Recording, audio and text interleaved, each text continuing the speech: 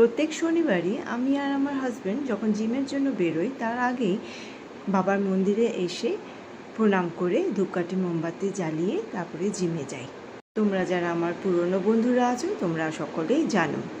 কিছুক্ষণে জিমে পৌঁছে যাই, 1-1.5 ঘন্টা ওয়ার্কআউট করি। আমার ওয়ার্কআউটের মোটিভেশন আমার হাজব্যান্ড। আমরা এই জিমে কিন্তু সবচেয়ে ওল্ডেস্ট কাপল। তোমরা কেউ ভেবো না আমি খালি ওখানে গিয়ে ভিডিও বা ফটোশ্যুটই করি। এইটা ছাড়া আমি যখন এক্সারসাইজ করি আমার ভিডিও তোলার কেউ থাকে না, তাই তোমরা আমাকে এক্সারসাইজ করছি দেখতে পাও না। এই যে আমার মস্তান, আমি ওকে মস্তানই ডাকি। এই বাড়ি এসে এক এক করে রান্নাগুলো সেরে নিলাম, ব্রেকফাস্ট রেডি করলাম, হাজব্যান্ড আবার অফিসে যাবে, দিয়ে দিলাম আজকে একদম সিম্পল ব্রেকফাস্ট। এই ব্রেকফাস্টে আজকে আমরা সবাই খাবো, আর এটা খেয়ে দিই কিন্তু আমার হাজব্যান্ড অফিসের জন্য বেরিয়ে পড়েছে। তারপরে আমি বাকি রান্নাগুলো শুরু করব।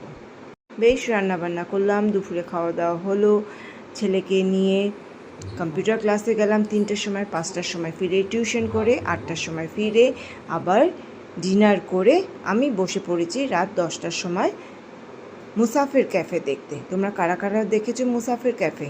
আমি তো শেষমেশ কেঁদেই দিয়েছি। আমার এরকমই, আমি একটু ইমোশনাল, টিভি দেখেও আমি কাঁদি। আজকের ব্লগটা তোমাদের কেমন লাগলো প্লিজ কমেন্টস করে জানিয়ে। সবাই ভালো থেকো, সুস্থ থেকো। আবার দেখা হচ্ছে নেক্সট ভিডিওতে। টাটা।